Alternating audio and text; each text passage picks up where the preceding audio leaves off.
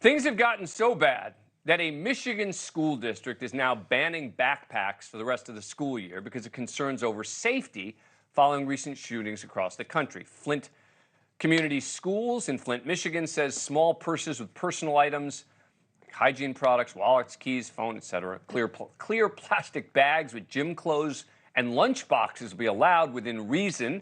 These bags will still be subject to search.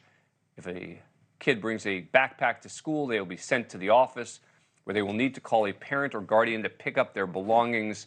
The office will not hold this property. The superintendent cites what he calls an increase in threatening behavior and contraband, including weapons being brought into schools across the country.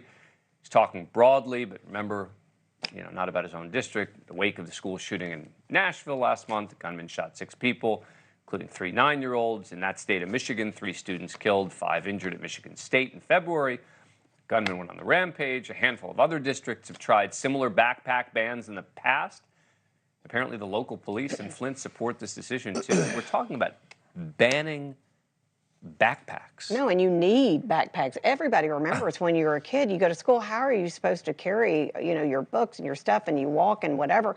And we need to remember, you need to focus on keeping the schools safe, not chastising the students about bringing backpacks, which they really need. But these days, I don't know, do kids even need first books? Of all, you can put this stuff on an iPad. Yeah, that's what I was just saying. They even need books? I don't know. Stuff on the iPad, you can put it in your phone. But look, y'all don't want to ban what this is all really about.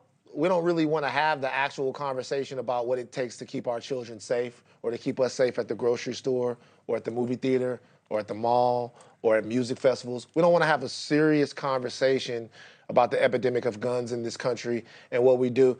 I got a breakdown 410 shotgun for my 7th birthday from the country. You know what I mean? I know how to use a weapon. I know how to respect a weapon. I know about guns, but I also know what they can do. And because we're not willing to have that conversation in a real way that prioritizes the lives of the innocent When you kids, say the conversation, do you mean the training with a weapon? I'm talking about the conversation of what the proliferation of guns in America is doing to us. How easy it is to get a gun, how easy it is to use that gun to kill. So we don't want to have that conversation. So we have to talk about hardening the schools. That means your kids can't have the backpack. You have to talk about the practical reality. They're not going to ban assault weapons tomorrow, so what can they do in the meantime? I think this is a really weird, not idea that doesn't make sense. I give them credit for trying to do it, but at the same point, there are other ways that they can sneak weapons into the school. I agree with you.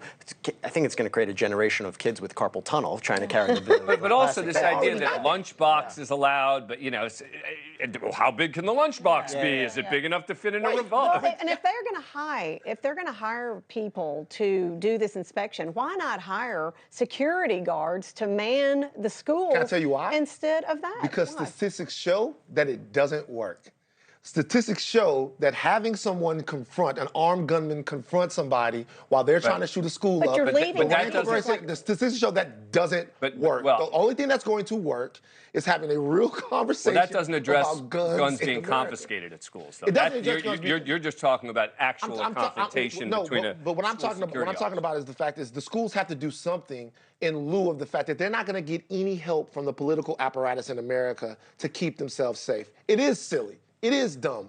But what else are we going to do here? We should never have another teacher calling in a closet with a live shooter ever. There are AI programs. There are all kinds of programs, I know for a fact, that have been developed to put in schools that can notify policemen with a text or whatever.